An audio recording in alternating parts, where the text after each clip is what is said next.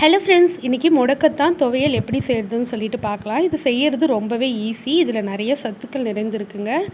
இதுக்கு செய்கிறதுக்கு கொஞ்சமாக இஞ்சி எடுத்துருக்கேன். ஒரு பூண்டு ஃபுல்லாக உரித்து எடுத்துருக்கேன். இஞ்சி கொஞ்சம், உங்கள்கிட்ட கருவேப்பிலை நிறையா இருந்தால் நீங்கள் கருவேப்பிலை எடுத்துக்கலாம். கொத்தமல்லி கொஞ்சம், புதினா இருந்தால் கூட நீங்கள் சேர்த்துக்கலாம். முடக்கத்தான்னா இப்படி தான் இருக்கும் அந்த இலை. அதை நல்லா நம்ம ஆஞ்சி நல்லா வாஷ் பண்ணி வச்சுக்கணும். ஒரு வாணலில் எண்ணெய் ஊற்றிக்கோங்க. ஒரு 2 ஸ்பூன் எண்ணெய் ஊற்றிட்டு அதில் பூண்டுலாம் போட்டு வதக்கிக்கலாம். பூண்டு, இஞ்சி எல்லாத்தையும் போட்டு வதக்கிக்கலாம். நீங்கள் எவ்வளோ ஒன்றா நிறைய பூண்டு ஆட் பண்ணிக்கலாம்.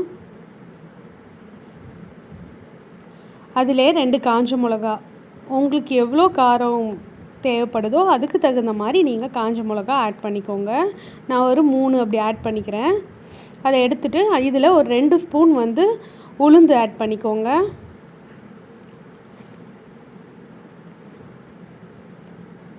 உளுந்து நல்லா வதங்கினதுக்கப்புறம் நீங்கள் வச்சுருக்க கருவேப்பிலை, கொத்தமல்லி, புதினா எது வச்சுருக்கீங்களோ அதை போட்டு வதக்கிங்க. லைட்டாக வதக்கினதுக்கப்புறம் முடக்கத்தான் இலையும் நீங்கள் அதில் போட்டுக்கலாம்.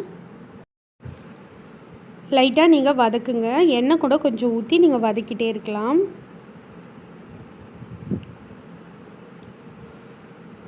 இந்த துவையல் கொஞ்சம் கசப்பு தன்மையாக தான் இருக்கும்.